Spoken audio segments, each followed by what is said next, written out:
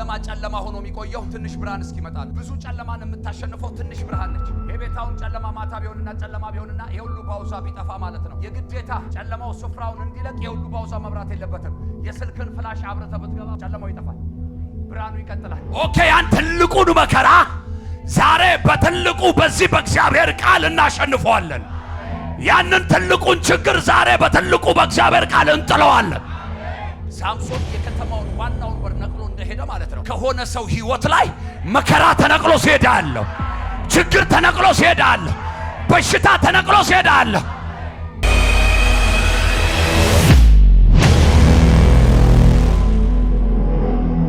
ዘፍጥረት ምዕራፍ 32 አውጡ ከቁጥር 22 እስከ 32 በጌታ በኢየሱስ ስም አነባዋለሁ። እኛም በጌታ በኢየሱስ ስም እንሰማለን። በዚያች ሌሊትም ተነሳ፣ ሁለቱን ሚስቶቹንና ሁለቱን ባሪያዎቹን 11ዱንም ልጆቹን ወስዶ የያቦቅን ወንዝ ተሻገረ።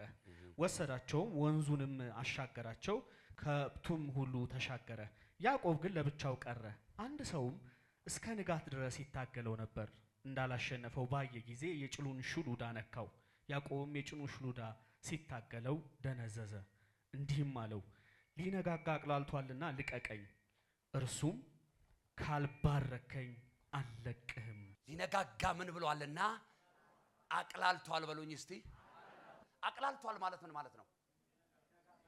ኦሬዲ ሰማይ ጨለማ ለንጋት እየለቀቀ ስፍራውን ትቶ መሄድ ሲጀምር ሰማይ ምን ማለት ይጀምራል? ወደ ብርሃኑ ዓለም መምጣት ሲጀምር ማቅላላት ይጀምራል። ማልዳችሁ ተነስታችሁ አይታችሁ ከሆነ ማለት ነው። እና የተለየ ውበት አለ። ቀን ከማለዳ 1 ሰዓት እስከ ምሽቱ ድረስ የማታዩትን ነገር የምታዩበት ሰዓት ነው ያ ሰዓት። ምን የሆነ ነገር የተለየ ነገር ትንቢት ልናገር ነው። አሁን ጨለማው ስፍራውን ሊለቅ ለብርሃን ንጋቱ ሊያቅላላ አሁን ጊዜው ደርሷል። አሁን ሰዓቱ ደርሷል። ሌሊቱ ምን ሊነጋ ሰማዩ ምን ብሏልና አቅላልቷልና። ያስለቀሰ ነገር ሊለቅ ነው። ያስጨነቀሽ ነገር ሊለቅ ነው። አንድ ሰው ጮሆ ጨለማው ለቀቀ ይበለኝ እስቲ። መከራው ለቀቀ ይበል እስቲ።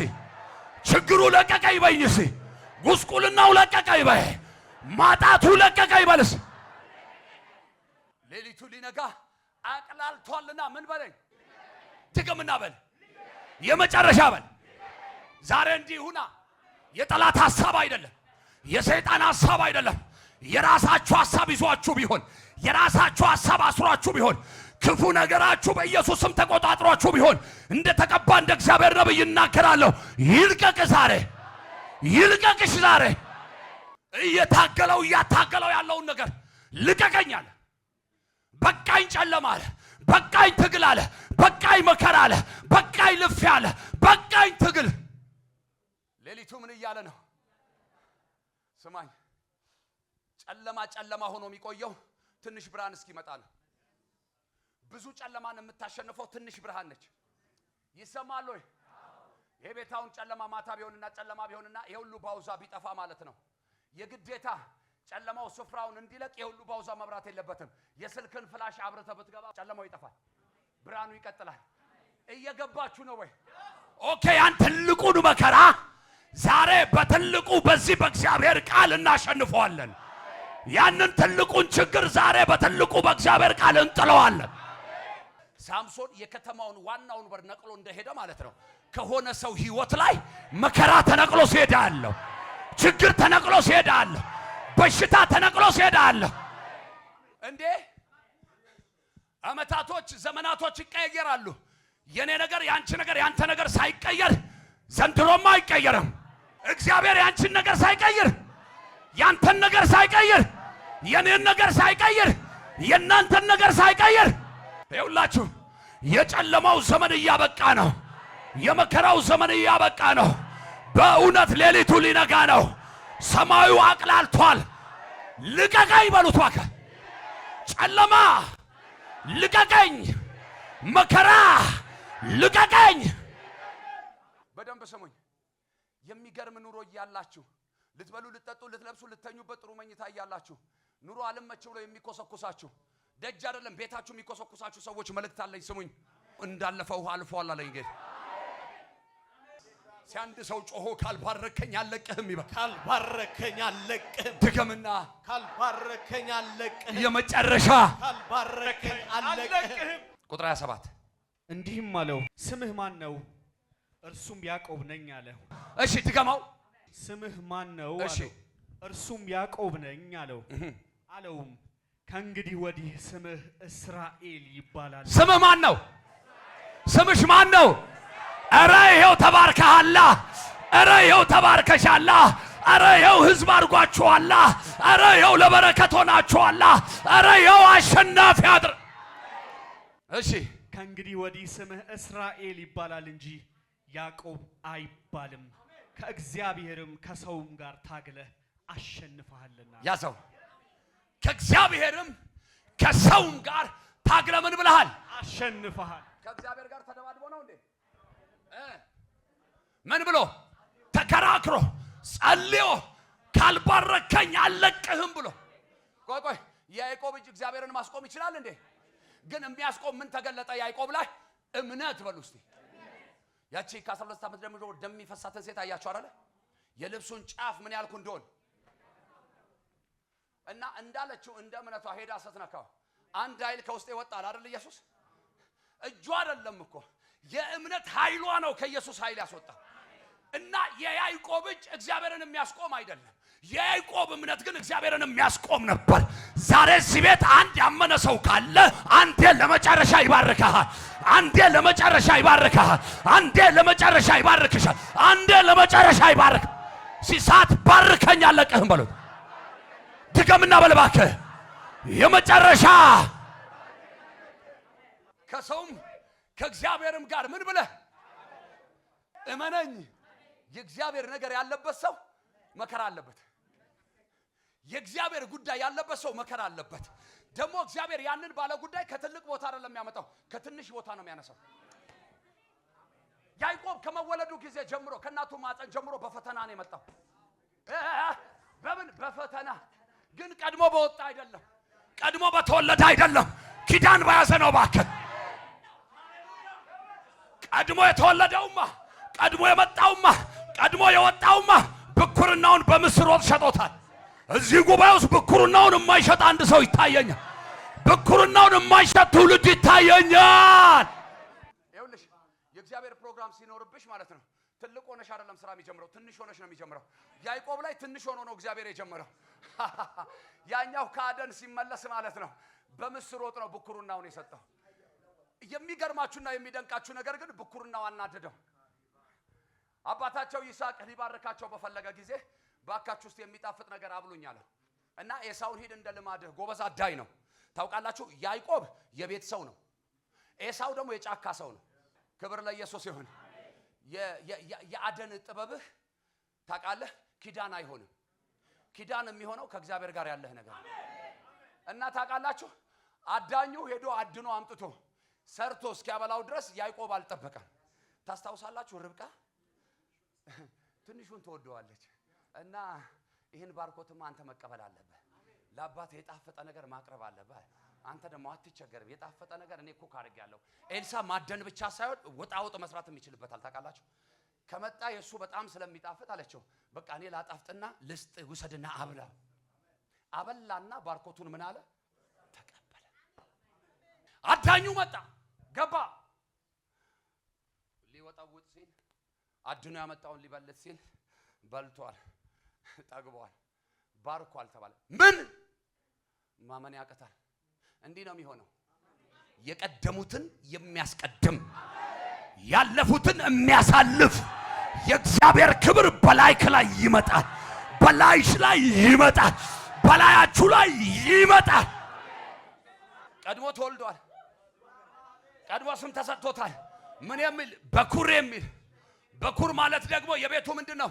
የመጀመሪያ የበኩር የመጀመሪያው ስልጣን በቤቱ ውስጥ ትልቅ ከወላጆቹ ቀጥሎ ማለት ነው። የበኩር ደግሞ ሌላው መብት ልንገራችሁ፣ በጣም የሚደንቅ መብት ከቤት ሀብት ሲካፈል 2 እጥፍ ብታምንም ባታምንም። ምን ስለሆነ? በኩር ስለሆነ። ታውቃላችሁ ይሄንን ሁሉ አሳጣው በኩር። ሌላ ነገሩ ታናናሾቹ ሁሉ ምን የሚሉለት ነው? የሚገዙለት፣ የሚታዘዙለት። ይሄን ሁሉ በረከት አጣ። ከዛ ተናደደ ይላል መጽሐፉ፣ ተቆጣ። ከዛ እናት ርብቃ ደግሞ በል እንግዲህ አለችው፣ አንተ ያስከውን ይዛል አለችው። ክብር ለኢየሱስ ይሁን። አሁን የወንድም የኤሳው ቁጣ እስኪበርድ ድረስ ሽሽ አለችው። ግን ዝም ብላ ከቤት ውጣ አለችው። ወደ አጎቱን የጠቆመችው ወደ ላባ። ከዛ ወደ ላባ ሽሽ አለችው። ደግሞ እሷ እንደ ወንድሟ እንደ አጎቱ እንደ ቤተሰብ አስባ የሚያሳርፈው መስሏት ነበር የሸኘችው። አያ ጉዳይ ካለባችሁ አታርፉም። ከዛ የሚገርማችሁና የሚደንቃችሁ ነገር እየሄደ ሳለ ያዕቆብ በመንገድ ላይ ምን አለበት ይላል? መሸበት፣ ጀንበር አዘቀዘቀች። ከዛ እዛ ምድረ በዳ ላይ ሲመሽበት ያዕቆብ የሚመች ነገር አልፈለገም። ቢኮዝ የሚመቸው ጌታ አብሮት አለ። ዋናውን ያዘ ምን ይሆናል? አጠገብ ያለውን ሰው ንካውና ዋናውን ያዘ ምንም አይሆንም። ድገምና በይ እስቲ ዋናሽ ማን ነው? ድገምና በል። የመጨረሻ ድንጋይ ተንተርሶ ምን አለ ይላል? ለሽ ብሎ አደረ። ከዛስ ልክ በሁለተኛው ሌሊት ላይ ምን አየ ይላል መጽሐፉ? ራእይ አየ፣ ህልም አለም። ምን አይነት ራእይ አየ መሰላችሁ? ትልቅ መሰላል ከመሬት እስከ ሰማይ ድረስ ምን ያለ የተዘረጋ የቤት ጣሪያ የሚያለብስ አይደለም እኮ የሆነ ሰውዬ አይደለም። እየወጣና እየወረደ የታየው ያዕቆብ መላእክቶች ምን ሲሉ ሲወጡና ሲወርዱ፣ እንደውም አዲሱ መደበኛ ትርጉም ሲመላለሱ ያይ ነበር ይላል። በሚቀጥለው ዘመን፣ በሚቀጥለው ዓመት፣ በሚቀጥለው ቀናት፣ በሚቀጥለው ወራት መከራህን ባየህበት አይን፣ ችግርህን ባየህበት አይን፣ ብቸኝነትህን ባየህበት አይን መላእክቶችን ማየት ይሁንልህ።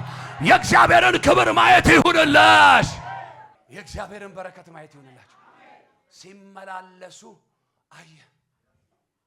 ከዛ በኋላስ የእግዚአብሔር መንፈስ መጣና ምን አለው? ይህንን ስፍራ ለአንተና ለዘርህ። አቤት ኪዳን ያለው ሰው!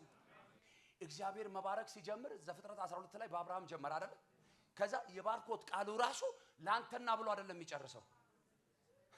እንደኔና እንዳንተ አይደለማ እግዚአብሔር ሲባርክ ግን ያንተን 7 ትውልድ አይቶ ነው የሚባርክ። እባርክሃለሁ አለና ለበረከቱን አለው። ምን ማለት እንደሆነ ታውቃላችሁ? ብቻህን በልተህ አትሞትም። የሚበላ ትውልድ እሰጥሃለሁ።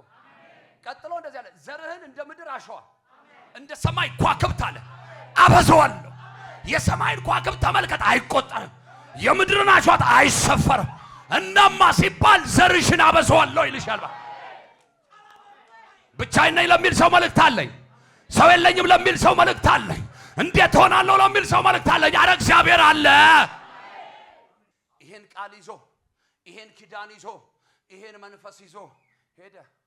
ቀጠለ። ላባ ቤት ገባ። ከዛ በኋላ ምን ሆነ? እረኛ ሆነ። እግዚአብሔር ትልቅ ሊያረጋችሁ ሲል ከትንሽ ነው የሚያስጀምራችሁ። አባቱ ይስሐቅ ደግሞ ቃል አስገብቶታል። ከሌላ ዘር እንዳታገባ ብሎታል። ልጁ አባቱን ቃል ይፈጽማል። ስለዚህ ሲገባ ደግሞ ላባ ቤት ከመግባቱ በፊት የላባ ልጅ መሆኗን ሳያቅ ማንን አየ? ራሔልን አየ። ታውቃላችሁ፣ አንዳንድ ጊዜ መከተልም ጥሩ ነው ለካ። ኢየሱስ ጌታ ነው። የያዕቆብንማ ስታዩ እንደው በዘሬ አይድረስ ነው የሚያስብለው መጀመሪያው፣ መጨረሻው ግን ወይ ያስብላል። የያዕቆብ የመጀመሪያው መከራ አይደለም፣ የመጨረሻው በረከት ያገኛቸው። ተከትሏት ገባ። የአጎቱንም ቤት አገኘ። ከአጎቱም ተገናኘ። ዌልካም ብሎ ተቀበለው። በማግስቱ ግን እረኛን ያደረገው። ከዛ እንትን ጀመሩ፣ ድርድር ጀመሩ።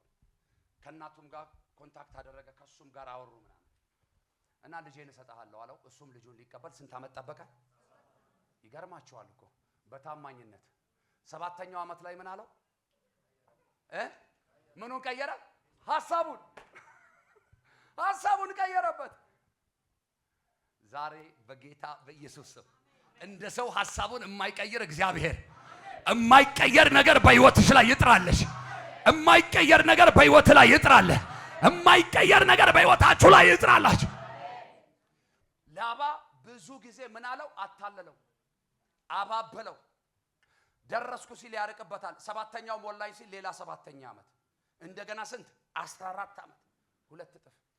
በጣም ብዙ ዋጋ ከፈለ። እንደውም ደሞዝን የምከፍለው ባረባኸው ነው አለ። ከዛስ እንደገና ደግሞ ያረባቸው ሲወልዱ ደግሞ እንደገና ሐሳቡን ይቀይርበታል። ያላደረገው ነገር የለም።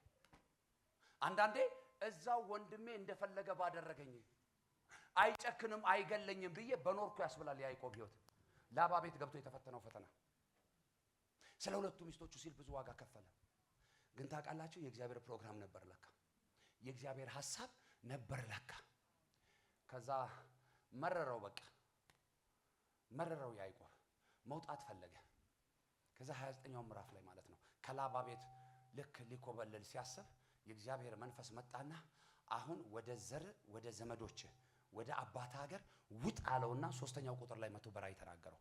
ምን ውጣ? አጠገብ ያለውን ሰው ንቀው። እግዚአብሔር ከተናገረ በል ከሚመችም ሁኔታ ከማይመችም ሁኔታ ዝም ብለህ ውጣ። እግዚአብሔር ከተናገረሽ ከሚመቸው ሁኔታ ከማይመቸው ሁኔታ ዝም ብለሽ ውጪ። አሜን ያለ ሰው በኢየሱስ ስም ይሁንለት። አሜን ያለች ነፍስ በኢየሱስ ስም ይሁንላት። ይሁላችሁ 28ኛው ምዕራፍ ቁጥር 13 ላይ ራእይ አየ። በደንብ ስሙኝ። ከዛ 31ኛው ምዕራፍ ላይ ደግሞ ቁጥር 24 ላይ በጣም በሚገርማችሁና በሚደንቃችሁ ሁኔታ ያዕቆብ አልሞትም አስቦትም አያውቅም ከላባ ጋር እንዲህ አይነት ህይወት ይኖረኛል ብሎ። ምክንያቱም ምኑን ነው እሱ ይዞ የመጣው? ዝምድናውን ነው ይዞ የመጣው። እንደገና ሌላ ዝምድና ሊፈጥር ነው የፈለገው። ሁለቱንም እድል ከለከለው። ታውቃላችሁ ሲወጣ ደግሞ በእንደዛ አይነት እወጣለሁ ብሎ አስቦ አያውቅም። ከዛ ትላንትና ወንድምየው ነው ያሸሸው ያሳደደው። አሁን ደግሞ ከዚህ ሲያገለግለው የኖረው ላባን ያሳደደው። እንደውም እዚህ ምዕራፍ ላይ እግዚአብሔር ሲያስጠነቅቀው ታያላችሁ እኮ ላባን ተነካውና ዋ ይሁላችሁ። ያዕቆብ ዘመኑን ሙሉ ራእይ ሲያይኖረ፣ ላባ ግን አንድ ምሽት ብቻ አየ።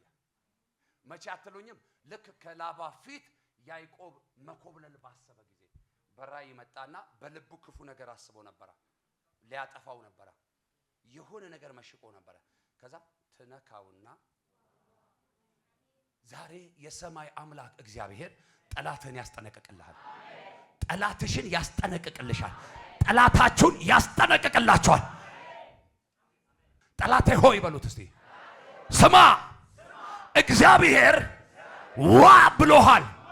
ወደ እኔ መድረስ አትችልም፣ እኔን ማጥፋት አትችልም። አሁን በጌታ በኢየሱስ ስም ነገሬን ልቀቅ፣ በረከቴን ልቀቅ፣ ቅባቴን ልቀቅ። አንድ ሰው ተለቀቀ ብሎ አይጮህም ወይ? ቀጥል። ከእንግዲህ ወዲህ ስምህ እስራኤል ይባል እንጂ እሺ ያዕቆብ አይባልም። እሺ ከእግዚአብሔርም ከሰውም ጋር ታግለህ አሸንፈሃልና። ያዕቆብ ስምህን ንገረኝ ብሎ ጠየቀው። እርሱም ስሜን ለምን ትጠይቃለህ አለው። በዚያ ስፍራ ባረከው። ያዕቆብም እግዚአብሔርን ፊት ለፊት አየሁ፣ ሰውነቴም ድና ቀረች ሲል የዚያን ቦታ ስም ፋኒኤል ብሎ ጠራው። ፋኒኤልንም ሲያልፍ ፀሐይ ወጣችበት፣ እርሱም በጭኑ ምክንያት ያነክስ ነበር። ስለዚህም የእስራኤል ልጆች እስከ ዛሬ ድረስ የወርቹን ሹሉዳ አይበሉም፣ የያዕቆብን ጭን ይዞ የወርቹን ሹሉዳ አደንዝዟልና። እስቲ ዛሬ በሉ እስቲ በዚህ ሌሊት እግዚአብሔር አዲስ ነገር ያሳየኛል። ያየሁት ነገር በሏ በህይወቴ ላይ ይፈጸማል። መልእክተኛ ነኝ፣ መልእክት ነው ምነግርህ፣ የቃሉን እውነት ነው ምነግርሽ። በዚያ ሌሊት ያዕቆብ ራእይ አየ። ያየው በህይወቱ ላይ ተፈጸመ። በዚህ ሌሊት በሉ እግዚአብሔር ያሳየኛል፣ ያየሁትን ያንኑ ያወርሰኛል። አሜን ስትሉ ይሁንላችሁ። ከዛ ቁጥር 26 ላይ ደግሞ በዚያ ጊዜ ሰውየው እንግዲህ መንጋቱ ስለሆነ ልቀቀኝ ልሂድ አለው። ዛሬ እንደዚህ ይሆናል። በአንድም በሌላም የያዛችሁ እናንተን ያዘ፣ እኔን ያዘ፣ ህዝቤን ትውልዴን ያዘ፣ ምድሬን ኢትዮጵያን ያዘ፣ በረከታችንን ያዘ፣ ሳይወድ በግዱ ለቆን ይሄዳል። ልቀቀኝና ሂድ በሉት። አንድ ሁለት የመጨረሻ። ቀጥሎ ደግሞ ካልባረከኝ ምን አልልህም። አሁን እግዚአብሔር ምን አለው መሰላችሁ? ካልባረከኝ አለቀም ብሏል። ሙጭጭ ብሏል። ሙጫው ነው ተጣብቋል አይደለ? በላሁን አለ ባረኩህ ልቀቀኝና ሂድ አለው። አንድ ሰው ብድግ ይበል እስቲ። እንደ እግዚአብሔር ባሪያ በአምላኬ በእግዚአብሔር ስም ባርካቸዋለሁ። እግዚአብሔርም አለ አይደለ? ዘኍልቍ ምዕራፍ 6 ቁጥር 22 ላይ ለሙሴ ምን አለ? ለካህናት ልጆች ለአሮን ሂድና እንዲህ ብለህ ንገርልኝ፣ የእስራኤል ልጆችን ስትባርኩ እንዲህ ብላችሁ ባርኩ አለ አይደለ?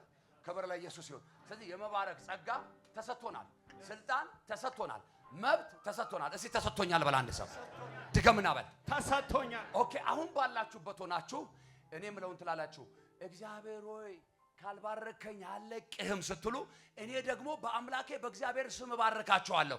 ከዛ ስባርካቸው በነበርክበት መቆየት የለብህም። ቢያንስ 180 ዲግሪ እንደዚህ ፖዚሽንን አቅጣጫን መቀየር መቻል አለብህ። ክብር ለኢየሱስ ይሁን። የዚያን ጊዜ ሂድ ካልኩ ተንቀሳቀስ ባለህበት። አሜን አትልም ወይ? ደግመህ አሜን አትልም ወይ? አሁን ከኔ በኋላ ለማለት ተዘጋጁ።